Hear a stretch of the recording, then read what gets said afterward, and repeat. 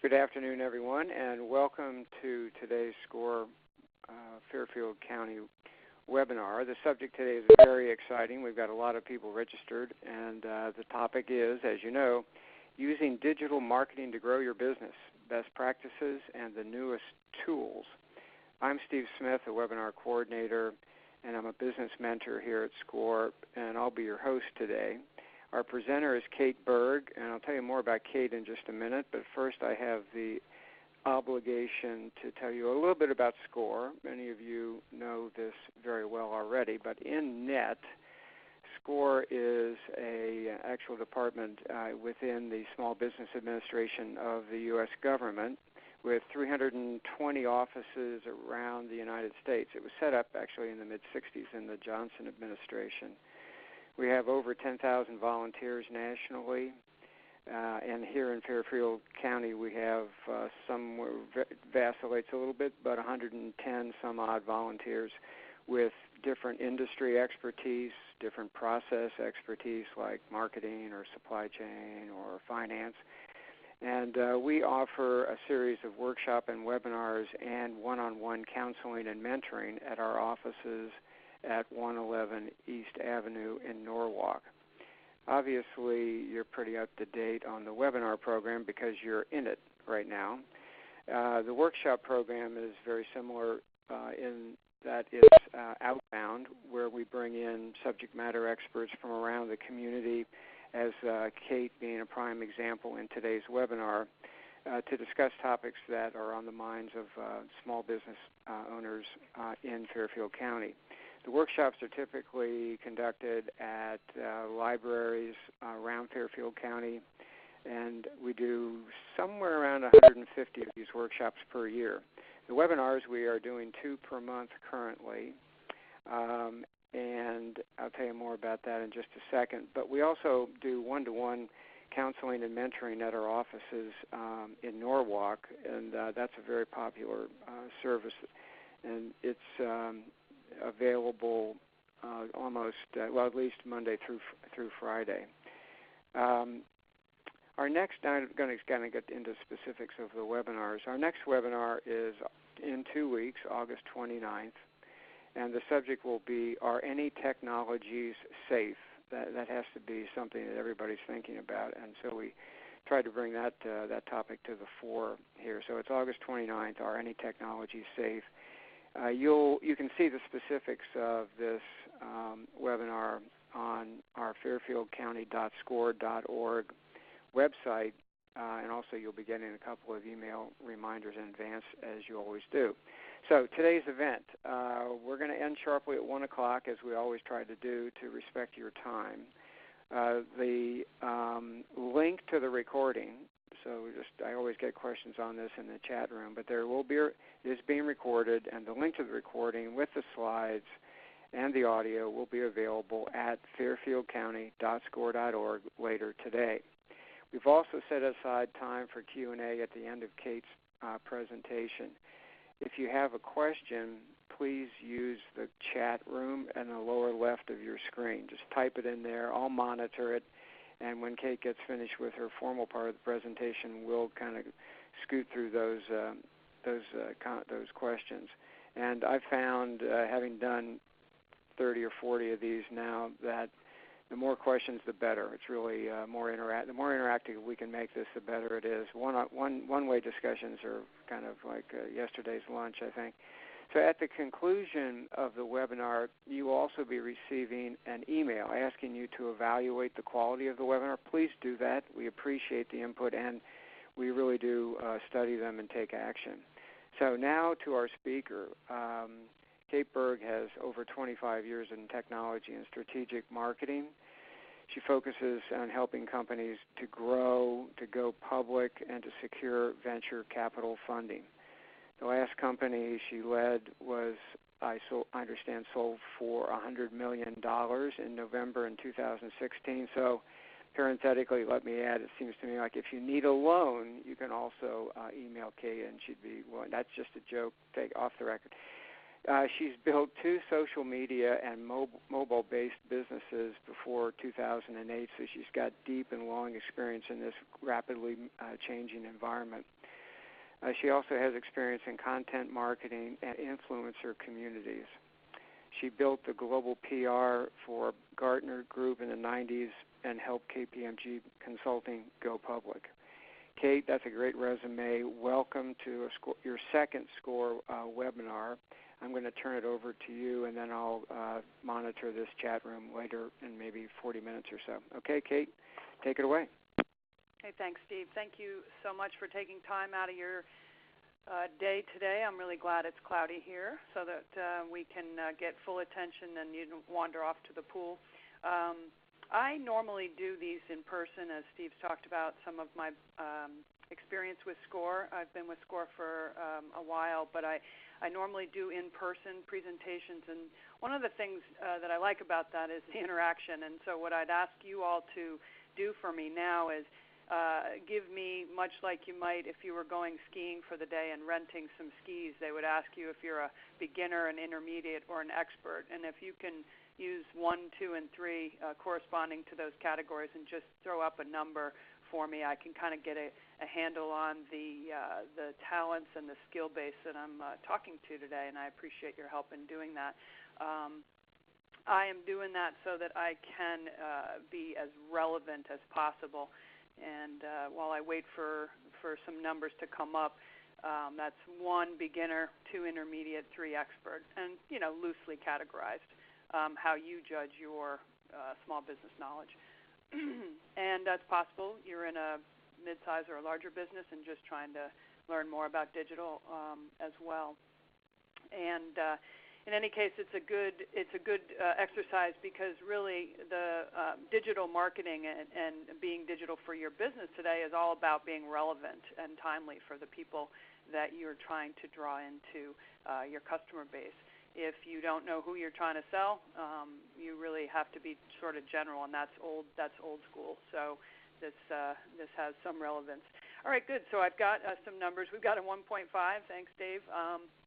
Looking good.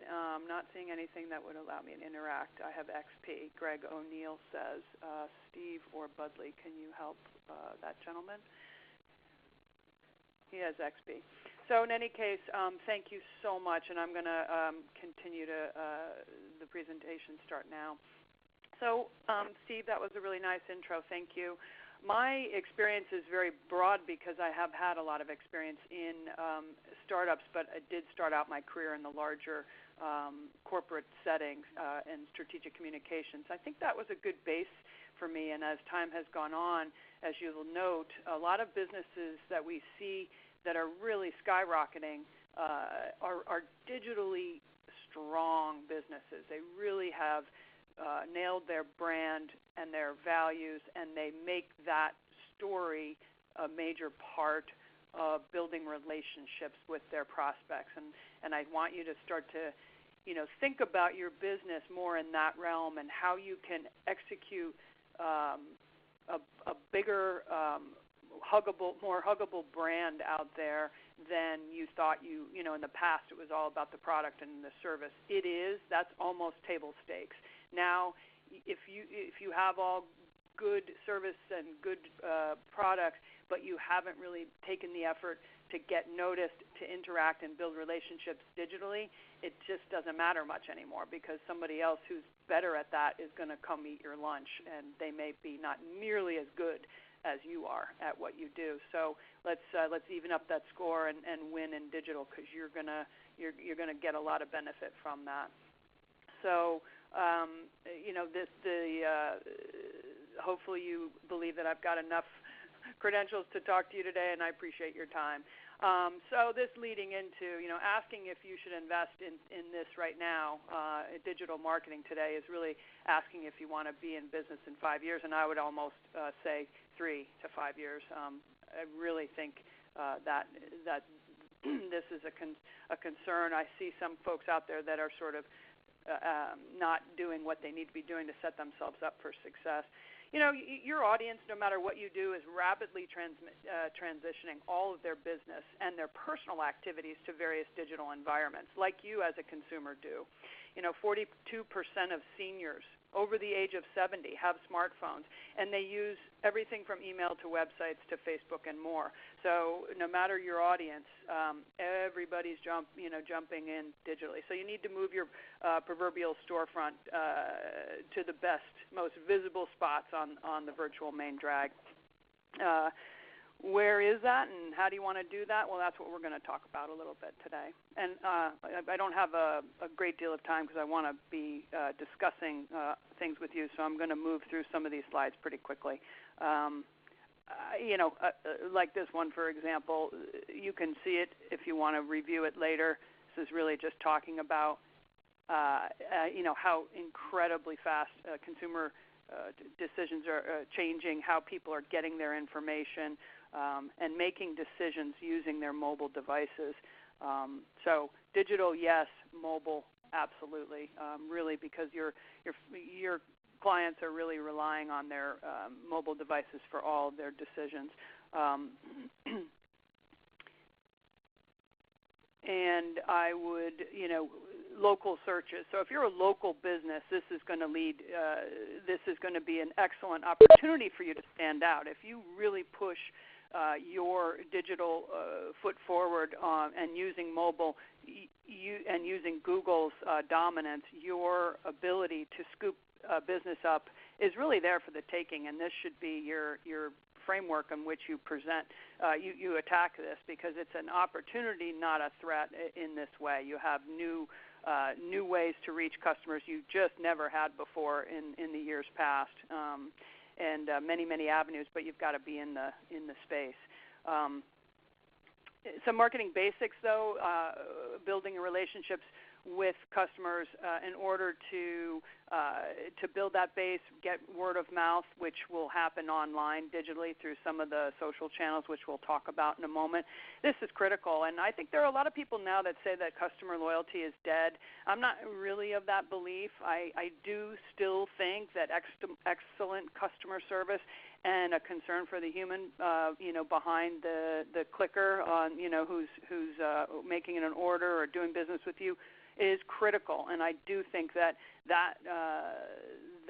great customer service does lead to loyalty and positive reviews and referrals, which live online. They're not just ephemeral now anymore. And so I do think that loyalty can really pay off for you.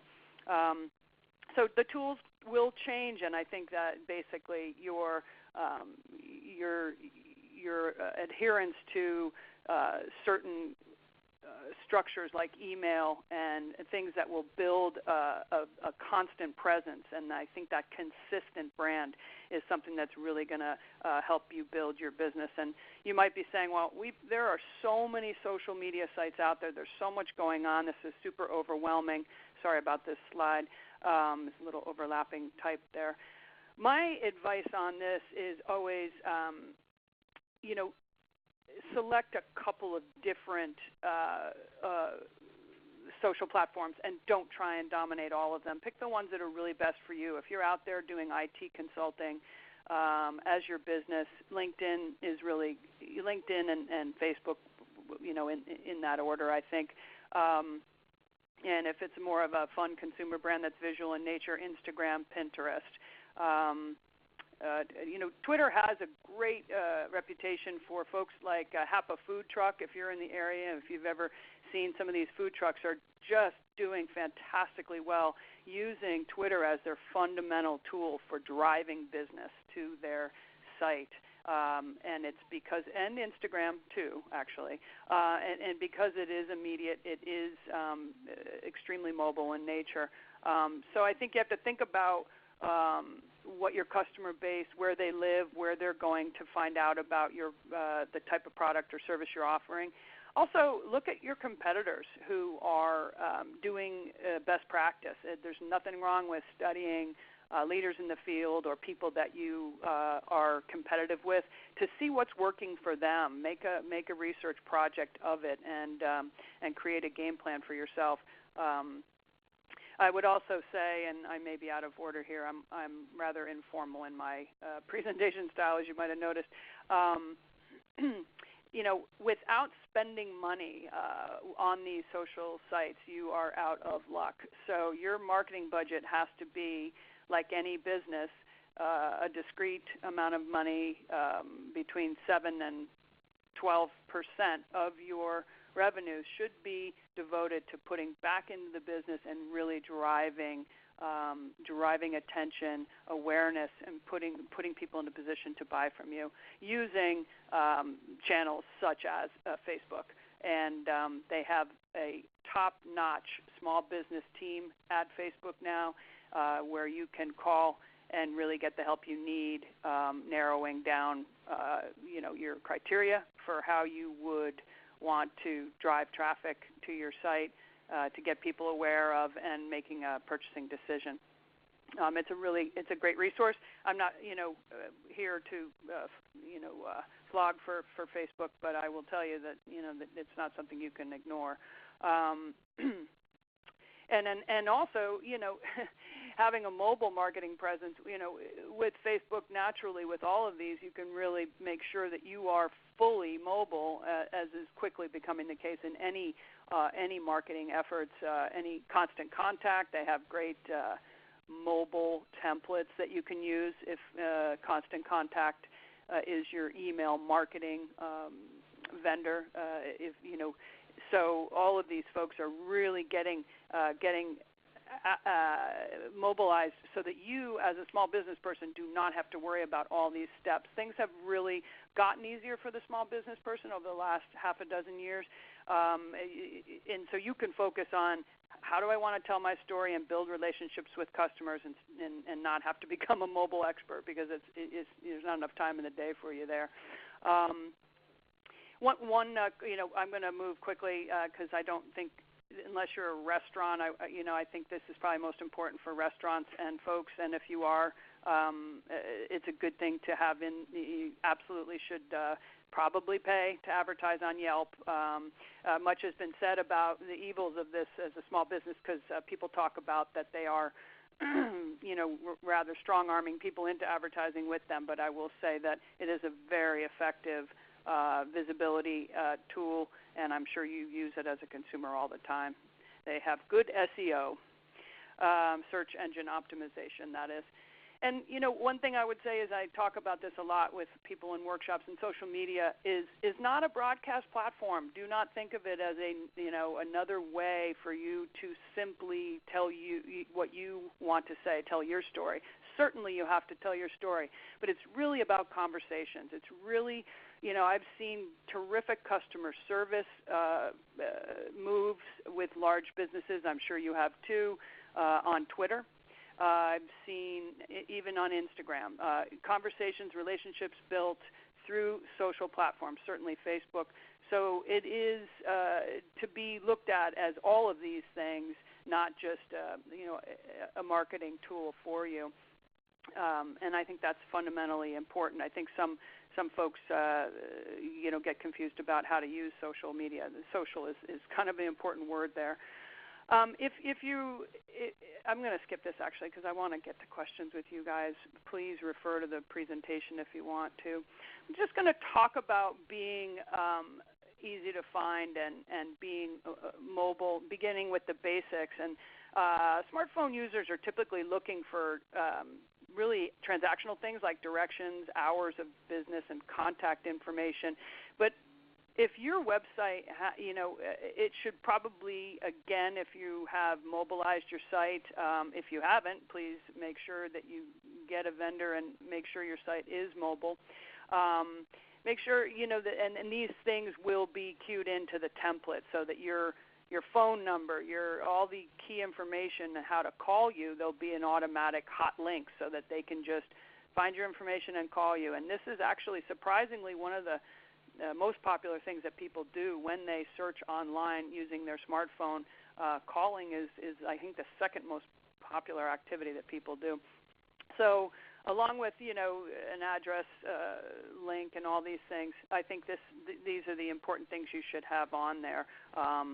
And your email messages. Email, by the way, still really important central tactic for you Do not underestimate the value of it. Think about how much you check your email while you're standing in whatever line you might be standing in. Your customers, you have an opportunity to get in front of them all the time, and you have email as your vehicle.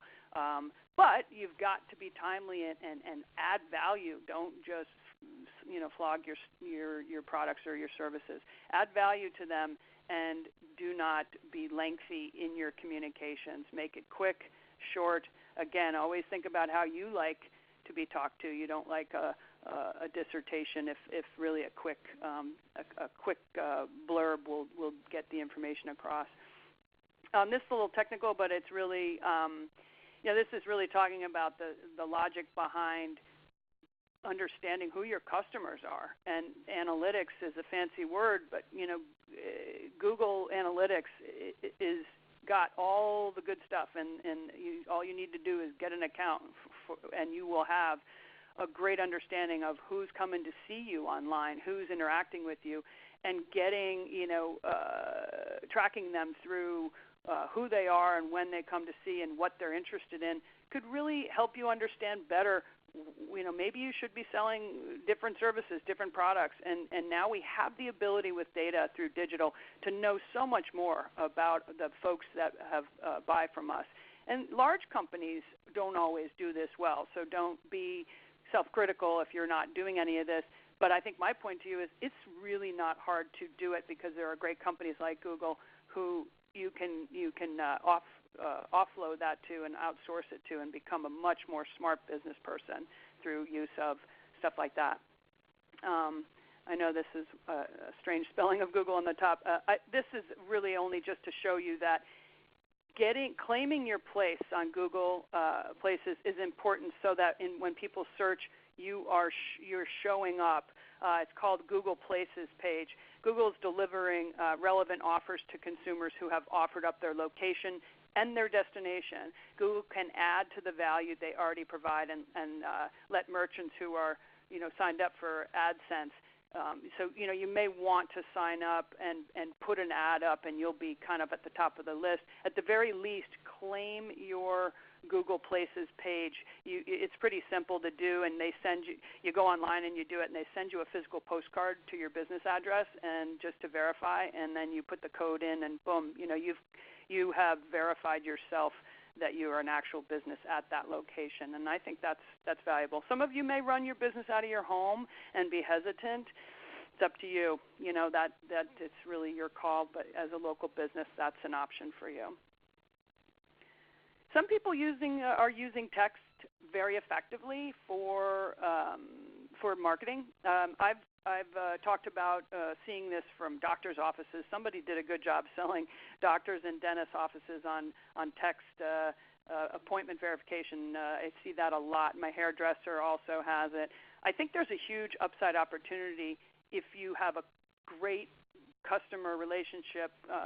You could really give people an inside track into your business, and think about using text to communicate with them. Texts are open in huge numbers. I have the stat here somewhere. I think it's like 90% of texts are open by people who get them. That may change over time, but as long as you have permission from them, it's an interesting way. You could do surveys, 1 or 2 questions. You could offer rewards of special discount.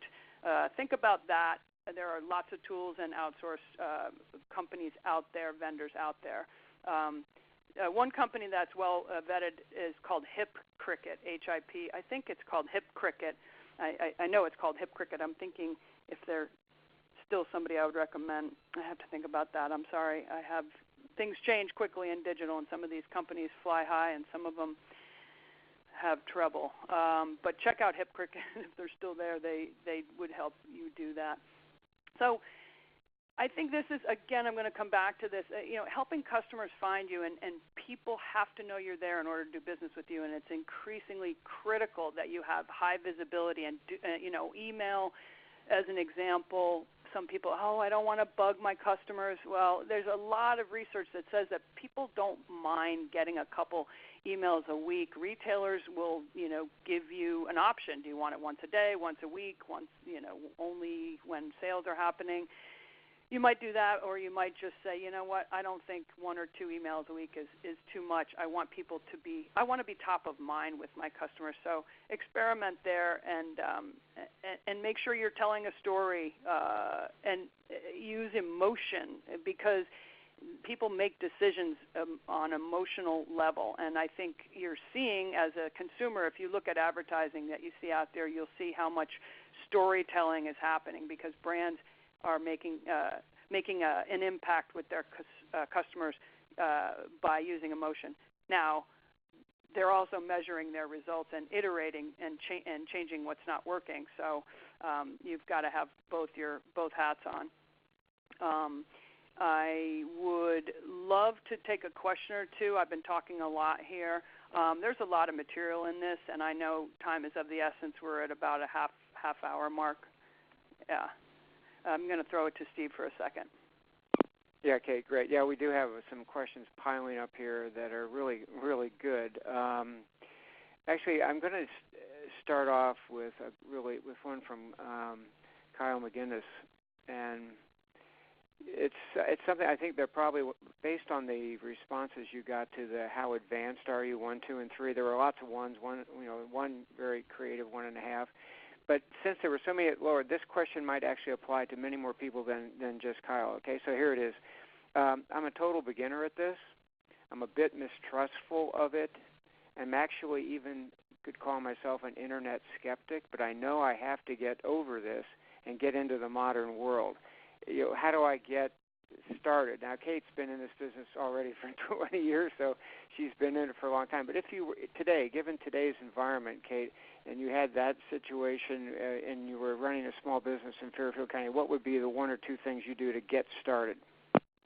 Well, that's a fantastic question, and I completely empathize. I think we're all beginners on something every day now, because technology is changing so rapidly.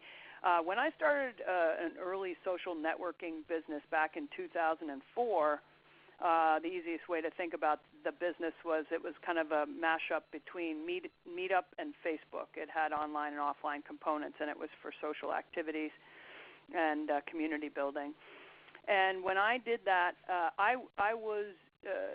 there was no social media, so it's a great question to think about what I did then. And the answer to your question is I would take a look at a basic email newsletter. And newsletter is such a wonky, kind of old-fashioned sounding term, but whatever term you want to use. An email communication to your clients, to your fans, very brief, image-enabled, a picture, a blurb, and that's what I did. I started promoting the events we were holding, or the events I wanted to host and was putting on the calendar, and I did 3 pictures and 3 blurbs of no more than a couple hundred words each at the most, and it exploded. My forward rate on that email was high, and I started getting known because I was doing that simple tactic. And it doesn't have to do with the internet. It's just email. So if you were really concerned and skeptical,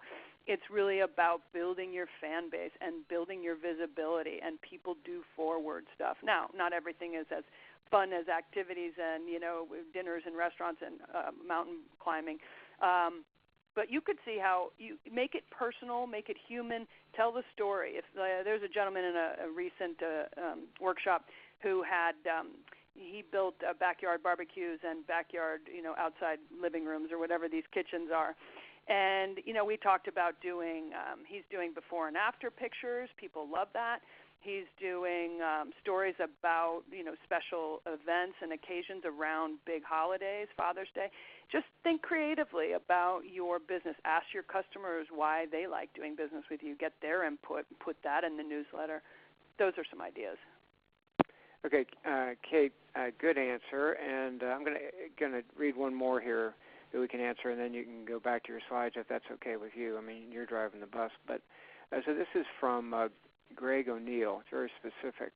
I sell print supplies, a product I might characterize as a commodity and boring. Probably not, but that's what he says here.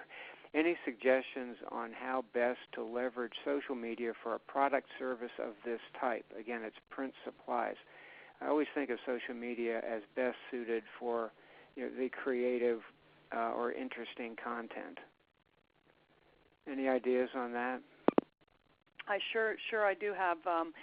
I think immediately of companies like Microsoft, who had hit on something very clever when they talked about you can get there from here, the ad campaign, which really focused on what the customers are doing with those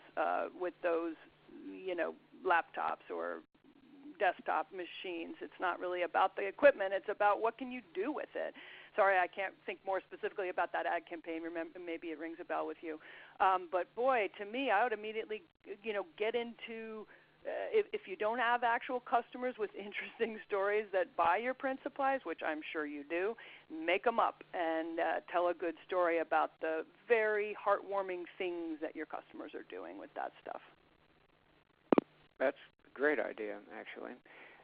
So what do you want to do, Kate? You want to go back to your slides, or do you want to take another question? Up to you. Let me do a case study. Okay, great idea. Case study I think we'll do, and then we can throw it back. I love the questions, and I really want you to walk out of this webinar feeling like you got some serious value in terms of not only theory but some practical take-home stuff. So here's a case study of a really great SCORE client, actually.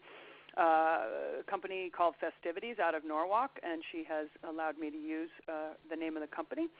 She had a great business. She was, 30-year veteran in the business. She's in her 60s. She really owned this market. She was an award-winning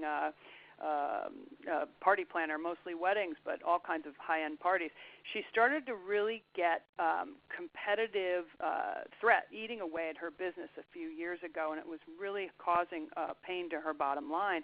And the chief reason was new people were coming into the market, not as good in some cases as Ro was at running her business, but better at marketing and better at Instagram and really branding themselves in the space.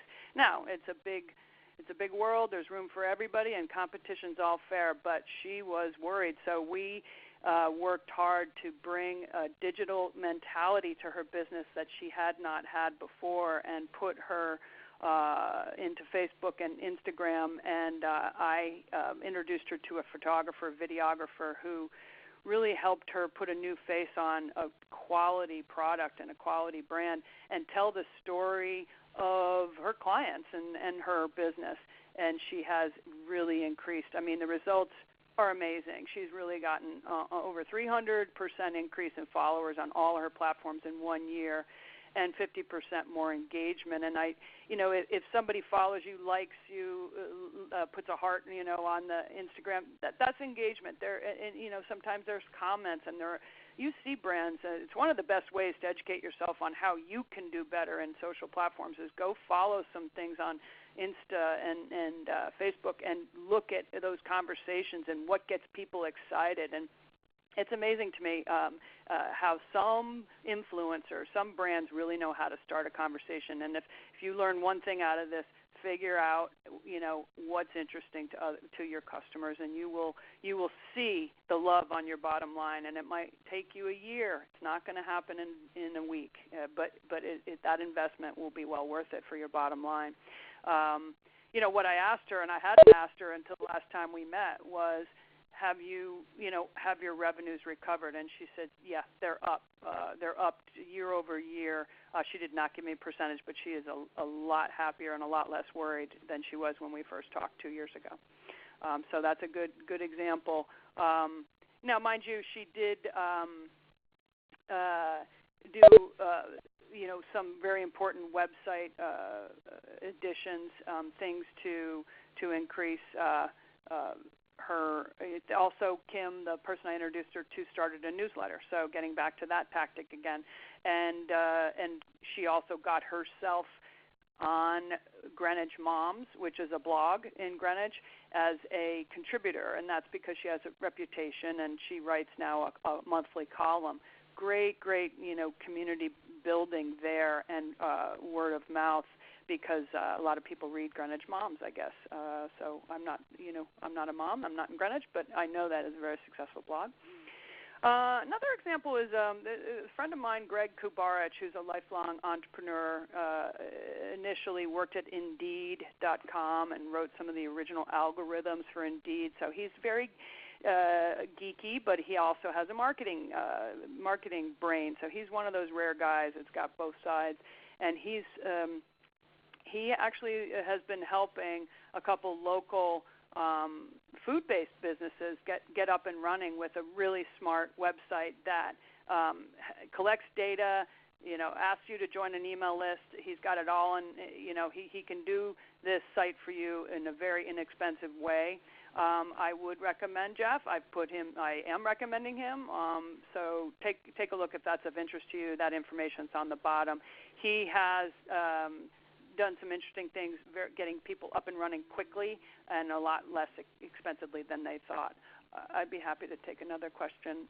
I would love to hear what else you've got. Yeah, okay. All right, Kay, I've got one here from Tiffany Harris-Marion that's going to put you through your paces, I think. Okay, what if your target demographic is large, and by this she means age-wise, so it must be spanning a wide range of ages. Do you change your social media platform to account for each age demographic? If so, give me some examples, please. Okay, that is giving me a little bit of pause. What I would say on that is I'd probably pick my battles and use the platforms to target within that large demographic. So I would, if you're talking 40 to 75, let's say, Instagram might be great. You might launch, your visibility campaign on Instagram targeting that younger side of things with a tone that matches that demographic, and your products and services filtered through a different person's eyes, as if you were sitting in the room with a bunch of clients who were telling you of that age, telling you what their experiences were, and really getting in that mindset. And the other demographic, Facebook is your go-to on for everything in many cases, but certainly the older demographic. All the growth is happening on Facebook now in the over 50 category and has been for 2 years.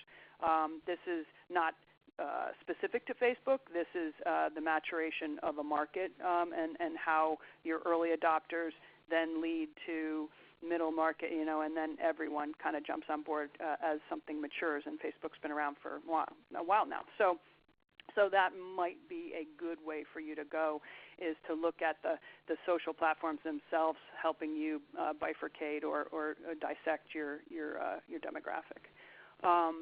So here's I'm just going to turn real quick here to a kind of a wonky thing that I found on the Deloitte website, and I put the link there. This is a digital checklist. I kind of like this. Make sure you've registered yourself. This is basic, but some people haven't registered themselves on online directories. There are lots of web directories out there, and easiest way to find them is just to search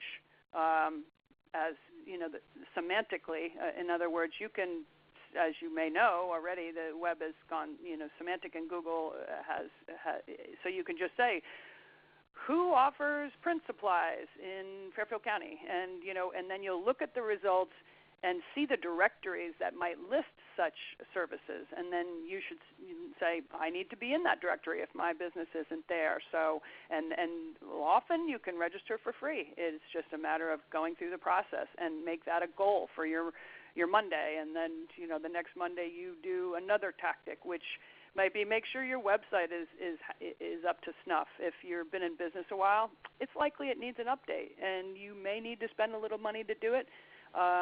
There are great vendors out there. Score has some good people to recommend, and then obviously mobile responsivity is important. Email marketing I've already hammered on. And a mobile app, I'm not saying you should have one, but you might want one. Depends on what your business is.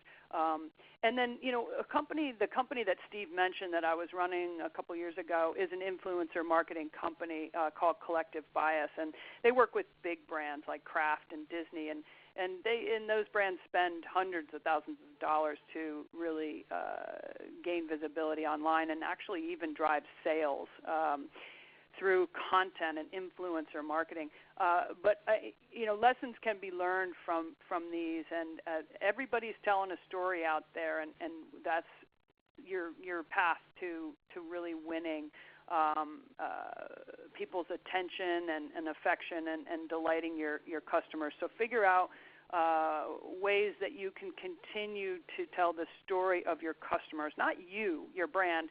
Certainly that's woven in, but it's really them and using your brand and your product. And then data analytics, as I talked about, we've got the ability to measure. Let's take advantage of those technologies. They are not nearly as hard to break into as they were half a dozen years ago. Companies are out there that can help you. Google, use Google. You can find anything you need. You just have to put a little time into it. And then this is continuing, enable customer bookings and purchases via online. This is a good one. I mean, if you are not commerce-enabled, e-commerce enabled, you might want to consider an upgrade to your site to really be able to bring business in via your website. When I ran Avenue B, that company I told you about, it was a subscription model, so people paid to be a part of this club, and it was fun to wake up in the morning and see that I had already made $300 that day, and it was just because 3 people had joined for the year, and it was $100 a year. So you might want to use that. Spend some portion of your budget on online advertising. So your social media page, make sure it's exactly what you want to be communicating, and then you can pay to boost it. And if you aren't comfortable with Facebook's business portal there on the site, again, pick up the phone and call. They will help you. The small business staff has ballooned over the last half a dozen years they're now trying to really cater to that small business, and that's you. And online marketing, search engine, and optimization strategies. I was just talking to Bud and Steve before we started here about some great experts in this region here who do SEO, search engine optimization. So it's a tricky thing. I'm not going to tell you that it's an easy thing to find the right fit with a firm, but I do think, there are great people like Jeff Seaver, who is a friend of SCORE, who does great digital marketing, and the other Jeff Kubarich, the guy I mentioned a few slides ago, knows his stuff with SEO and can help really make a difference for your business and the visibility. I'll take another question or two. Okay, Kate, good. I skipped over Vartan's first question here. Sorry about that, Vartan. I know you're a returning a webinar viewer. So let me go back up here. So Vartan's first question, he has 2, was what is the cost of digital marketing? Now you said, Kate, a minute ago, you should be spending 7 to 12% of your budget on marketing. So it's like, what is the cost of digital marketing in that context maybe would be the question. And what's the best way of creating digital marketing structure for effective marketing? Digital marketing structure for effective marketing. Maybe you can decode that. I'm having a little problem with it, but I will definitely try. And I would say you're right, Steve. I think that you go back in terms of Vartan's first question. You really go back to marketing spend in general. I've been tempted in the last couple of workshops to take the word digital off the front of this thing because it's marketing, guys. I mean, we're not even talking like digital or mobile anymore. It's just marketing. I don't know what kind of business you have. You may be doing offline tactics or strategies. That's awesome. But most of your money should be going into digital, in my opinion, today. It's just everybody lives there. So other than signage at your storefront, if you have one, and postcards for people to take off and take home if you have events or sales and things, everything should be really going to digiting, and that percentage that we talked about still adheres. And from a structure standpoint, I mean, we can go back to marketing basics from the beginning of Walmart and prior. I mean, you've got to deliver a quality product at the best price possible, and you need to be first in mind for your prospects. And so good business practices really require you to go through the paces in regular marketing. Digital isn't even, special in this regard. Knowing who your customers are, remembering their preferences, being fast with response rate. How do you like to be treated? I would ask you how I went to Macy's the other day, and I was very depressed because I went to the Lancome counter, and they were having that gift with purchase thing, and I needed stuff anyway, and so. But it was crazy how inefficient these two women who were checking me out were, and one was leaving, one was coming. They didn't even have all the product in stock, and I thought, my God, they're not going to be here in 2 years' time. If people won't tolerate this, they'll buy online. And I personally like to buy in a store sometimes. I really enjoy the experience. So the best in breed will rise, and those who really know how to make a customer happy, and that's probably my best answer I can give you, is make your customers real happy and figure out what that means and deliver it. Yeah, exactly. Yeah, I think in-store marketing or retail probably it's just going to reach a new level. You probably have too many Macy's. I heard ex-CEO of some major, I won't name the name of the company because you'll know who he is, but he basically said that part of the reason there's been such a movement from traditional retail to the web, not only that there are obvious advantages there, but that the service has gotten so poor in traditional marketing that it's just kind of reinforces what you said there. It's just like this isn't even fun anymore. Well, exactly, and unfortunately my thought about that when I walked out was empathy, because it is a self-fulfilling prophecy. If you're struggling and then you have difficulty maintaining quality, because as a corporation, as an organization, as a business, you're not able to devote the resources to maintain even what you have, then you continue to not meet the customer expectation, which, let's face it, has gone very high. We have been spoiled by Netflix and Amazon. We want it now. We want it yesterday. So, feel your customer's pain. If you're not making it easy to buy from you, that's your first solve. You've got to solve and make it seamless as you can. I don't know, I'd love to understand from this crowd, and I'm frustrated I can't learn more about you all, what your particular products and services are, because there's always a way to make it easier to buy from folks, and that doesn't always mean you have to spend a lot of money. You have to just reinvent, keep iterating. Okay, Kate, here's a suggestion. As we've got like 10 minutes left, is why don't you finish your slides now, and then we've got 3 questions we'll do at the end there. Oh boy. Okay. Well, we're going to go pretty fast. So review. Make sure okay, this is a typo. Your business is easily accessed via smartphones and tablets. Use social media platforms that make sense for your business. This kind of harks back to the question about the spread of demographic, your clients there. But pick 1 or 2 anyway to dominate, because you don't have the time or the bandwidth to do everything. And so think about the ones that make sense for you. Pinterest is a great one if you have a business that's crafty or visual, and it drives a ton of traffic to websites, by the way. Listen and follow your customers. Don't forget the basics: customer engagement via relevant and timely content. Build a quality product and service. So now I'm repeating myself. Build your customer list.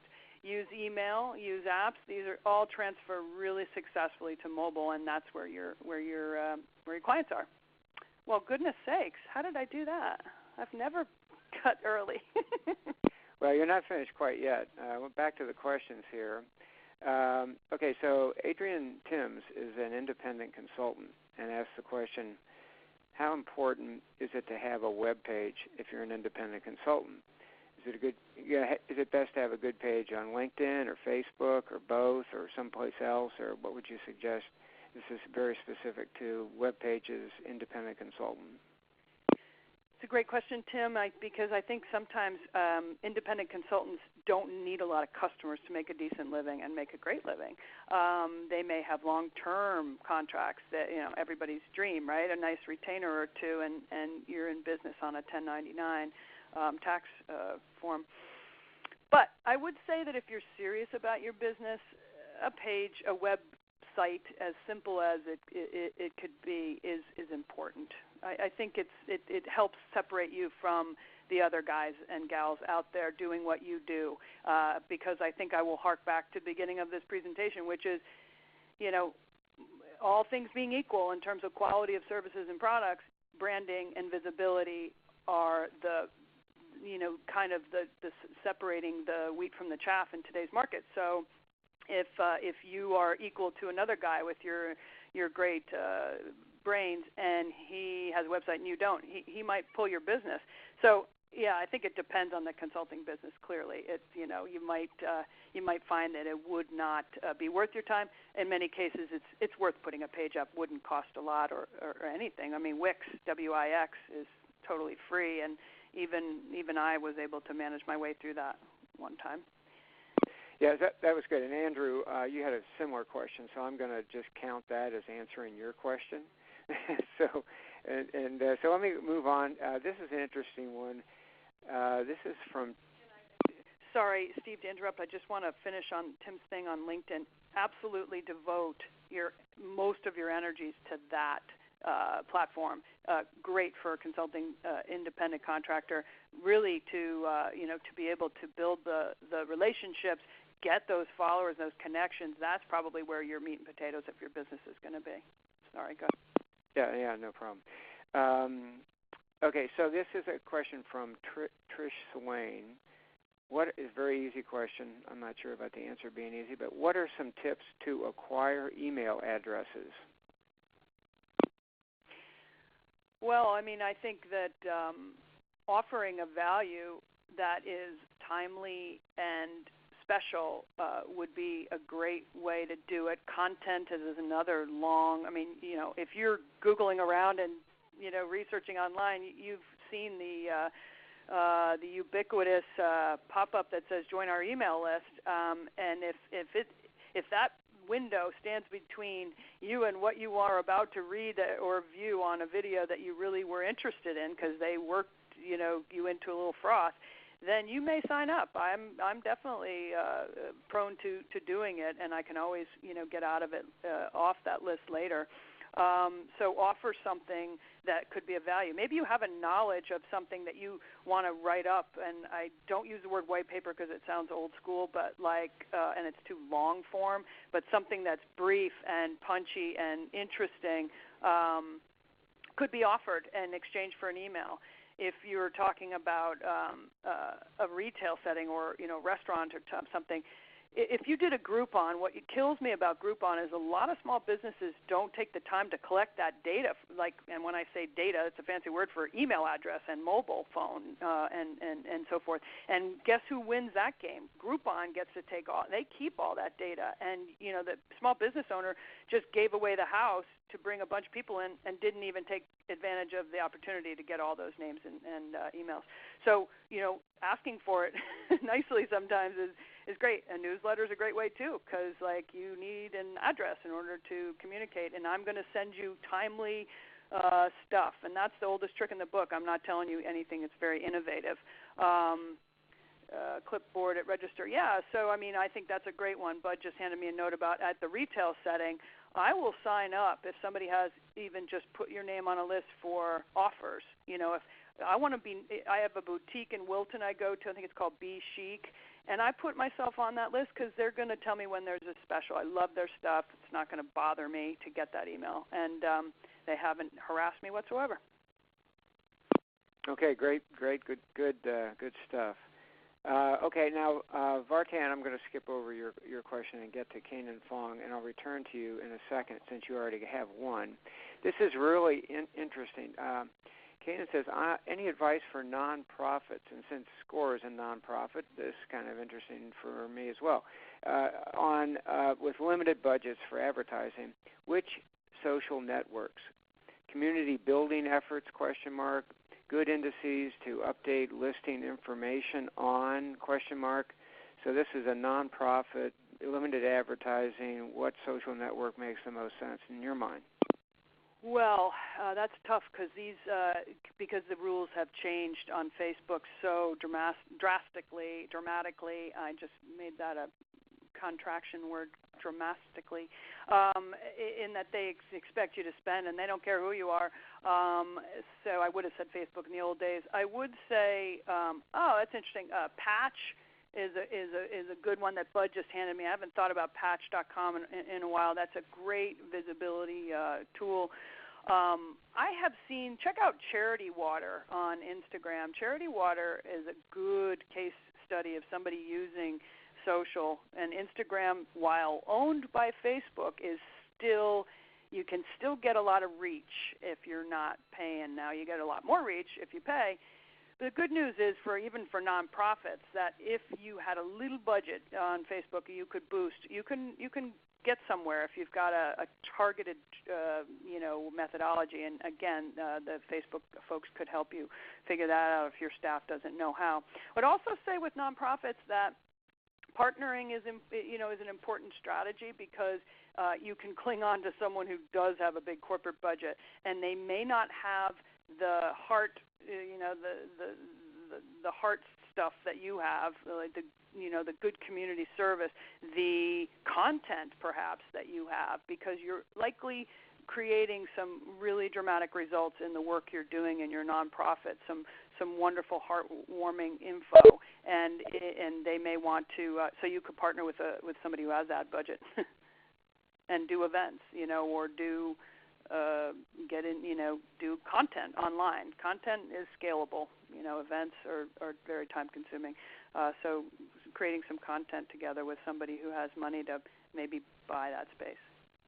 Yeah, thanks, Kate. Well, this is really interesting. And Kate, you may not even know this, but this webinar is a U.S. total U.S.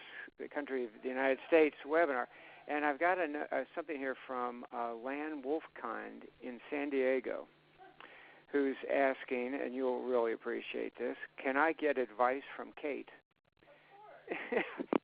Yes, of course. Actually, I'm really glad that you asked, because what I offer, I usually offer this, and now I'm afraid because I'm in the middle of a new deal and time is pretty tight. I usually offer a half an hour to any entrepreneur or small business owner free of charge, because it's my give back, and I love helping entrepreneurs. So if you are interested, please email me. Good. I thought that would be your answer. Now I got one more.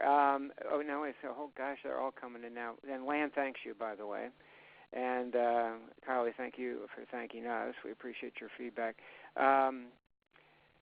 Let's see. I'm going to go to Juliet Kim, and we're almost out of time. So I'm going to just really do Juliet and then one other.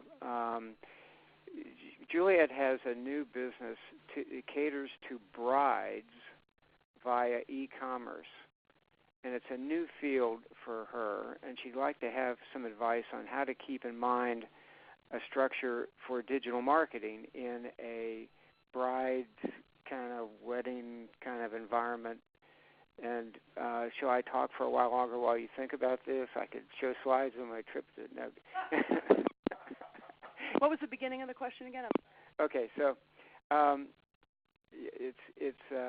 have a new business, and it's to cater to brides via e-commerce, and it's a new field. And how do I do that? How do I structure digital marketing to cater to brides? So have a swing at that, if you would, if you have the courage. So that one is actually a good one for Facebook, because they have just killer targeting abilities. And what I like about it is you can spend money, but you're only going to spend it on that bride-to-be, that person who just got engaged. You can capture that. They are capturing that, and you will be able to draft off of that. So that will be money well spent for you to create a terrific hey, we've launched, and this is the greatest thing you've ever seen in your life, company, and launch it via Facebook. That would be my advice. and I'm getting a lot of nods from Bud. His head looks like it's going to fall off, so he's obviously in complete agreement. Okay, well, yeah. By the way, she keeps talking about Bud, and you might wonder who Bud is. I'm Steve. Bud is also here, and so is a little bit behind the curtain, but supplying a lot of support to make these webinars work. I'm going to kind of cut it off there. Vartan, yes, you can send me your email address, and I'll send you what you're asking for. So with that, I'm going to shut this off. Great webinar. I thought it was very good, and I like this interactive style rather than presenting and then answering questions at the end. It's a lot more fun, actually. I'm going to try to do that more in the future. Yeah, I feel like I'm a podcaster. I feel like we're having a podcast situation here, only even better because I don't ask questions when I listen to my podcast, but they're having a moment now that's podcasting. It's good. So anyway, thanks, Kate. And just to summarize this, we do have another webinar. We have them every 2 weeks, so we'll have one on August 29th, and the subject is going to be, are any technologies safe? And now, just trying to weave two threads together here, the presenter for that webinar will be Budley Freund, who you just heard me introduce. So every once in a while we do bring him out from behind the curtain, and you'll be able to see him, not see him, but hear him on August 29th. So listen, thank you very much for attending. It was a good hour, I think, for everybody. Thank you very, very much to Kate for presenting. And to all of you out there, please visit fairfieldcounty.score.org to see the webinar schedule, the workshop schedule, to sign up for one-on-one counseling here at our offices in Norwalk. And have a nice day, everybody. Thank you very much. So the volume was a problem, huh? No kidding. I wonder why that is.